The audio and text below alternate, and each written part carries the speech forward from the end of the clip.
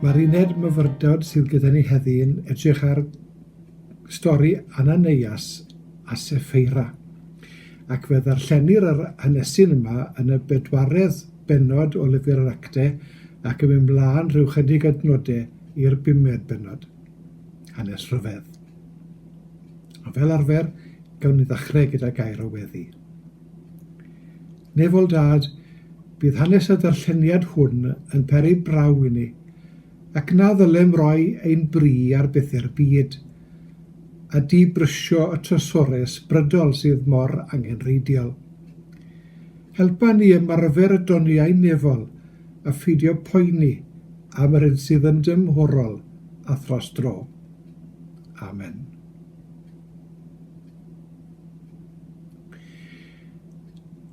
Mae'r hanesydd yma'n gwbl annisgwyl yn llif penodau cynnar llyfr yr Actau. Gwr a gwraig a dwyllodd yr egwyddor gynnar o rannu popeth yn gyffredin rhwng aelodau'r eglwys. 2 ysyrthiodd yn farw pan wynebwyd hwy gan gwestiwn Pedr beth yn union roedden nhw wedi wneud. Nawr yn ôl y darlleniad roeddent yn berchen tir, ei werthu, a rhoi cyfran i gronfa'r eglwys, nid rhaid cyfan. Ac oedd y gymuned o Gristnogion ar adeg honno yn disgwyl bod popeth yn dod yn eiddo i bawb. Mae rhaid bod arweinwyr ar eglwys fore wedi deall beth oedd y 2 yma wedi wneud, a pan ofynwyd iddyn nhw, Ananias i ddechrau, ddwedodd e rhywbeth nad oedd yn wir, ac fe syrthiodd yn farw o'i flaen. A mewn amser dyma, Saffeira yn dod i fewn, a hithau yn cael yr un cwestiwn, ac fe syrthiodd hithau yn farw hefyd. Wrth bod y 2 yma wedi claddu gyda'i gilydd, roedd pethau'r byd yn bwysicach iddyn nhw na phethau'r nef. Oedd y 2 wedi rhoi prawf ar yr ysbryd glân. Ac efallai'r cwestiwn i ni bob dydd yw gofyn i ba raddau i ni'n rhoi'r prawf yna ar yr ysbryd glân.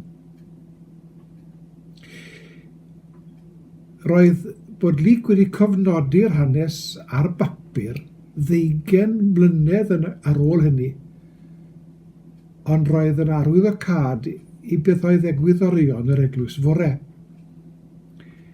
Bydde hanes Ananias a Saffeira wedi bod yn rybydd i'r cynulleidfaoedd yr eglwys fore ar draws y degawdau. A mae rhaid bod golygyddion y Testament Newydd, chydig ganrifoedd yn ddiweddarach, yn teimlo bod yr hanes hwn yn bwysig. Nid oes unrhyw ymdrech i esbonio hanes nac achos marw'r 2, ond bod y tystion i farwolaeth Ananias a Saffeira wedi cael braw, a bod yr ffaith yma yn un heriol, fel bod yr apostolion yn credu mai dylanwad Satan oedd parodrwydd y 2 i geisio twyllo'r ysbryd glân, a bod i hyn ei ganlyniadau. Tybed beth oedd dyfaliad yr apostolion am amserlen yr ail ddyfodiad. Oeddent yn disgwyl i ddiwedd y byd ddigwydd yn ystod eu hoes hwy, ac a byddent yn gweld y byd yn dod i ben pan ddigwydd hynny. Heb os roedd gan yr eglwys fore dybiaeth fod rhywbeth chwyldroadol i ddigwydd, a bod angen iddy'n rannu popeth yn gyffredin. Bu rhannu eiddo a chefnogi gilydd yn egwyddor sylfaenol i'r eglwys ar hyd y canrifoedd. Bu'r arfer o baratoi ar gyfer y bywyd nefol yn bwysicach na darparu ar gyfer bywyd ar y ddaear. Mae'n nodwedd awelir ar draws y gwledydd ac ar hyd y canrifoedd, lle bu diwygiad, gwelir dyfnhau'r dwyster ysbrydol a bydd hynny'n cael effaith ar agwedd pobl tuag at eiddo ac yn pwysleisio natur gymunedol y gynulleidfa. Efallai nad yw eglwysi yn rhannu fel cynt, na bod y syniad o gymuned yr un mor fyw, ond ceir ewyllus i gefnogi achosion dirngarol gan y mwyafrif o'r gynulleidfaoedd, boed e'n waith fel cymorth Cristnogol neu gymdeithas genhadol, neu wneud cyfraniad at y banciau bwyd. Yr eraill yma sydd yn cyfri.